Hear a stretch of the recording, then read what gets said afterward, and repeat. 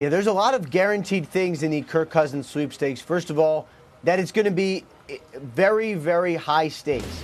Cousins is going to make a lot of money. Let me break this down. First of all, I'm told at least two teams are willing to offer him, prepared to offer him a 3-year, fully guaranteed contract that would make him the highest paid player in football.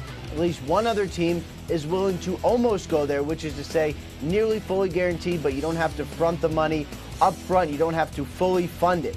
That is significant because there has been no player, maybe save for a couple others in free agency in recent years, who have had fully guaranteed contracts. This never happens. Cousins in a position to do this.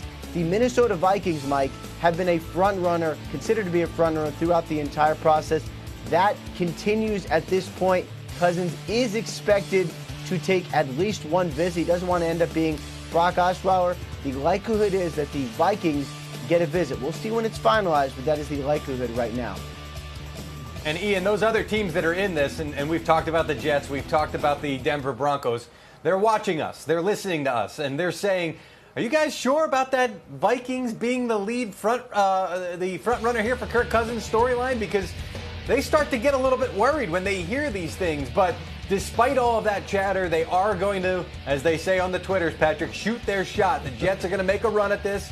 The Denver Broncos are going to try to do everything they can to woo Kirk Cousins. And Ian is right about the full guarantees, that some teams think that they can do that. Maybe that'll give them an advantage.